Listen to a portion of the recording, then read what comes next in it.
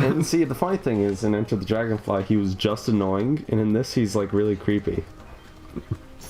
He's just sort of like a forgettable sidekick. Eric, if you want to see really creepy, Eric, you should watch the end gag for my Donkey Kong Country 3 review.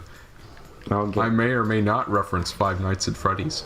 Oh, that game's almost as scary as like one of those dang old creepypastas I've been Why do you keep saying dang old as like a precursor to your speech? You mean my dang old creepypastas? Yeah, your dang old Vladimirs and whatnot. My dang old creepypastas. It usually means that whatever I'm about to say is entirely serious. That's usually what that denotes. Like when I said dang old Vladimir Putin, that means I was being serious about what I was talking about. Mm-hmm. Just like how I'm serious that my dang old creepypastas are almost as scary as dang old Five Nights at Freddy's. Yeah. Which is almost as funny as dang old Trek. So there you go. I don't know. I did it mostly as like a joke. You know, because it was an end gag as well. Because like in every review I do, I usually put like a little thing after the credits to reward people for watching to the end. Oh, okay. So Pavlovian? Is it Pavlov or Pavlov? I don't even know what you're talking about at all. Pavlov's dog, which is sort of the idea that in order to train somebody to do something, or not to do something, it's through the use of positive and negative reinforcement. Every time something happens, you get something. So every time somebody watches your reviews, you reward them like a dog. Well, I suppose you could think of it that way. So what I'm trying to do is give you negative advertisement. But really, that won't change anything. So you're using Pavlov's dog as well right now? Sort of. That every time you mention your crap that you make for your channel, hold on just a goddamn second, you son of a bitch. As opposed to my high quality productions over at my channel, I will. You've made like 3 videos. Like yeah, that's the same amount as you have subscribers. And 3 out of 3 of them are fantastic. So, and whereas yours, all of them out of all of them are horrible, horrible even. That's a word. Look it up in the Oxford Dictionary. What is with you and referencing the Oxford Dictionary all of a sudden? What is with you and referencing the Oxford Dictionary in response to my referencing of the Oxford Dictionary? I think you have a problem. What? See? His brain doesn't work very fast. So what exactly do we need to collect in this game? The gems. The gems? The light gems. Doesn't it look like I should be able to go through that? No. Like, why have that if you can't go through it? You know what I think that this section of the game is? What? It's a lot of finny fun, is what it is. Mm-hmm. What is with you in your referencing of the Kingdom Hearts lately? Where is you? Where is that? Why did I say where is you? Where is that in the straw poll you made? Where's Kingdom Hearts 2, huh? I would like to remain alive after I finish reviewing whatever is reviewed. Oh, I don't hate the game that much, but it's kind of like... You definitely do. You've forgotten. You've sort of said, maybe it's not as bad as I thought it was. I really don't it definitely think it is objectively as bad as I thought it was. I think it probably... Maybe not objectively, but you'd hate playing it just as much. I don't think you've seemed to have selectively forgotten how mad you got at parts of the game. I remember there was a certain... There are at least bosses. A few Yeah. Like, my main problems are, one, a lot of the worlds are recycled, which is kind of not what I want to see in a sequel where they have literally tons of Disney movies to draw from for worlds. Like, we could have gotten a Sleeping Beauty world. Like, Maleficent's even in the fucking series, you know? We could have got a Sleeping Beauty world, but no, we gotta go back to fucking Atlantica and play the rhythm minigame. You know what I mean? It's called Atlantica? Yeah, it's called Atlantica. I didn't know that. Well, that's what it was called in the movie. All I thought it was called was Under the Sea. I thought that's what its name was. What the hell? What the fuck is that thing? Oh my god! Is it alive? No, I think it's a statue. Oh, that's a statue! Oh my god! I thought that was a real live, just dead thing. That was really scary. I can't believe that. Did Eric shart his pantaloni? That was legitimately, like, frightening to me.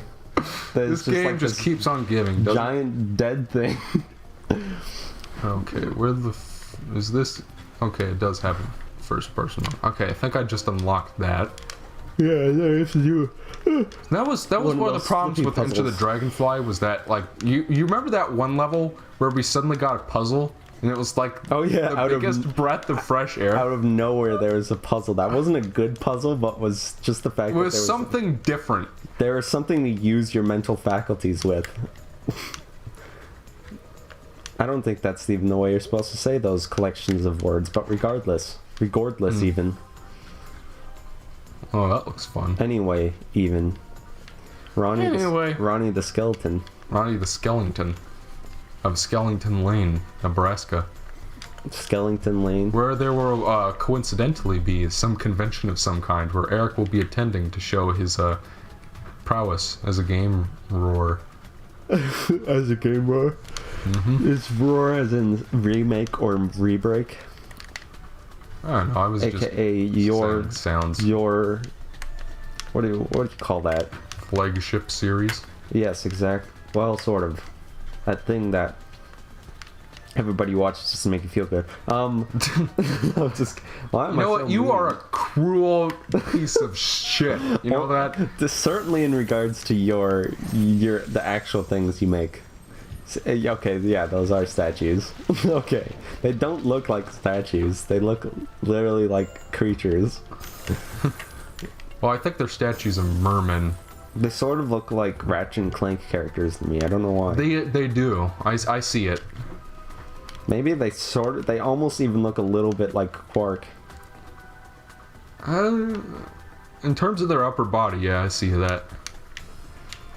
How long does it take to play, like, whatever the shortest Ratchet and Clank game is? Which is probably the first one, I'd guess. Well, it's short ones. The first one's actually relatively long. Oh. It's like if you play Crack in Time, I think that one's probably the shortest, and you'd probably beat it in like 10 hours, maybe.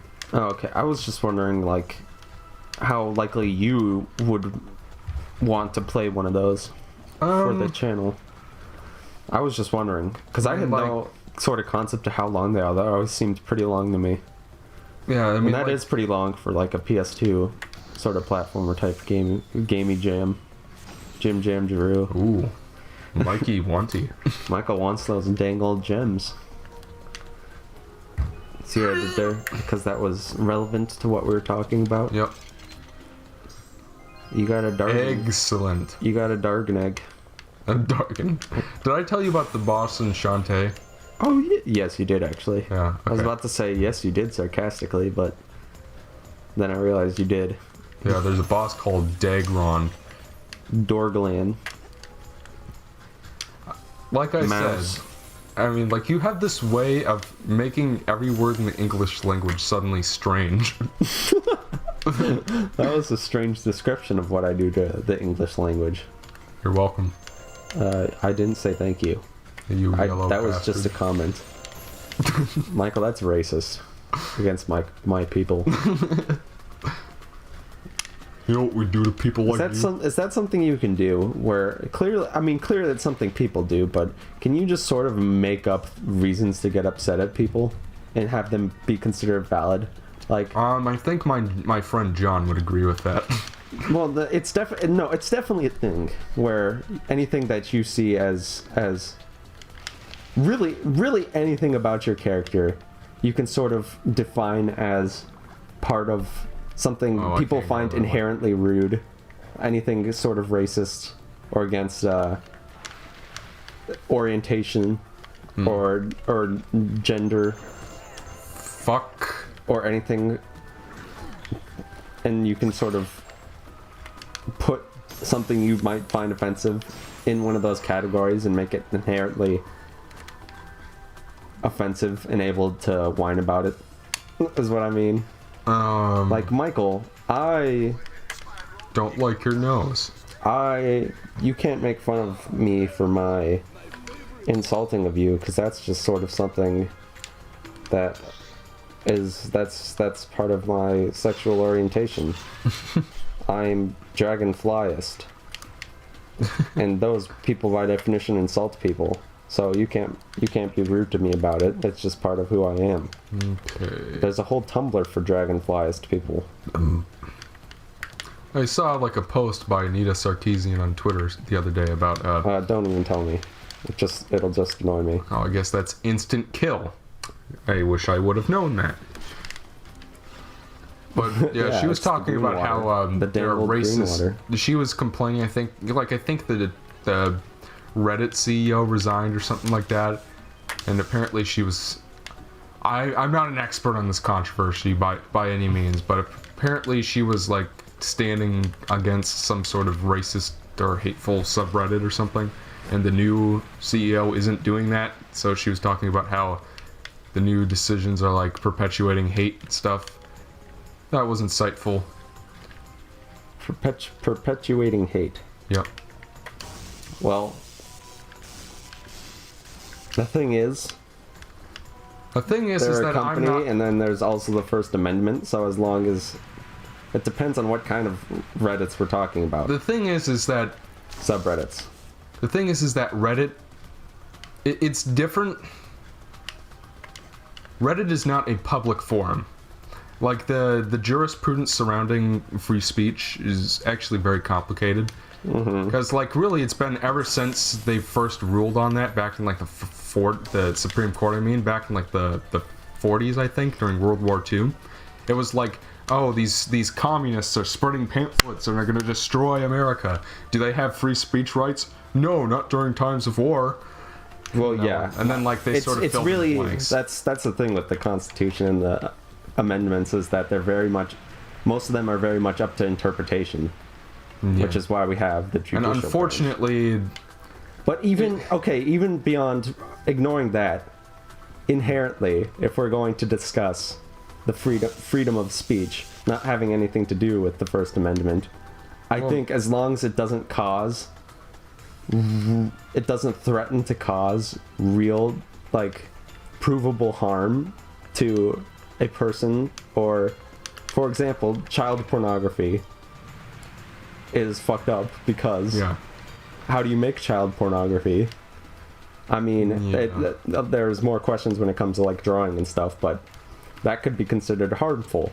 The KKK, if there's a legitimate KKK subreddit talking about, hey, let's schedule when we're going to go out and have some fun old public lynchings. That they don't, as far as I know, they don't really do that anymore. With the KKK. So what are we talking about? Are we talking about I hate this video game? Let's talk about how much we hate this video game. Like, okay, that's fucking fine, you know. So the question is, what policy? And from what I know, Reddit's pretty. It's pretty. I mean, like, actually, what you're articulating is actually something called the clear and present danger standard, and it was actually used by the Supreme Court for a while. I mean, like, the problem is that the Supreme Court is so fractured in terms of ideology and how they view what the judiciary should do, that, you know, pretty much the standard for free speech changes depending on who's on the court. And there have been like at least 5 different That's standards. more of a matter of practicality. And that's another concern that they deal with, is that, like, obviously we can't just let people say what they want all the time. There's got to be some sort of restriction for this, or it could be really dangerous. So there's definitely considerations of practicality, but there's also the fact that, like, Justice Scalia probably has a different view on the matter than someone like Breyer, or even Kennedy.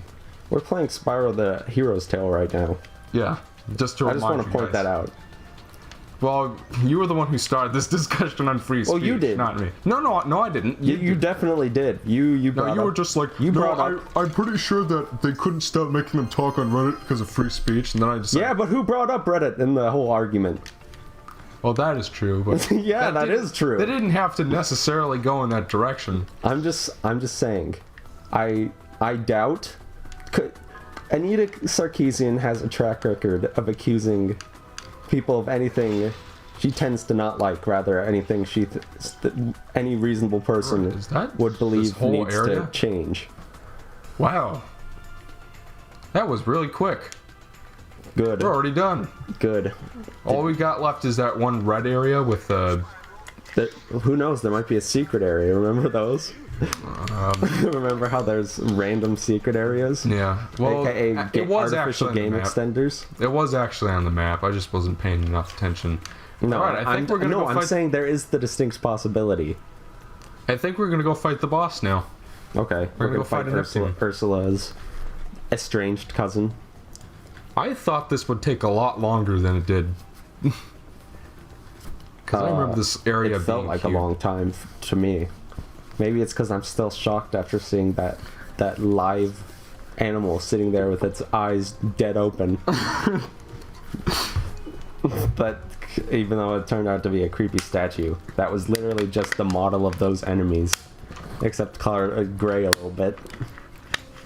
Yeah, except reskinned. Statue skin. The statue skin. Mm-hmm. Statue skin, a property of Michael Co. Okay, so we're gonna go over to Neptune's layer, ladies and gentlemen. I think we're gonna cut because there's no reason to watch us do that. So we'll see you real soon.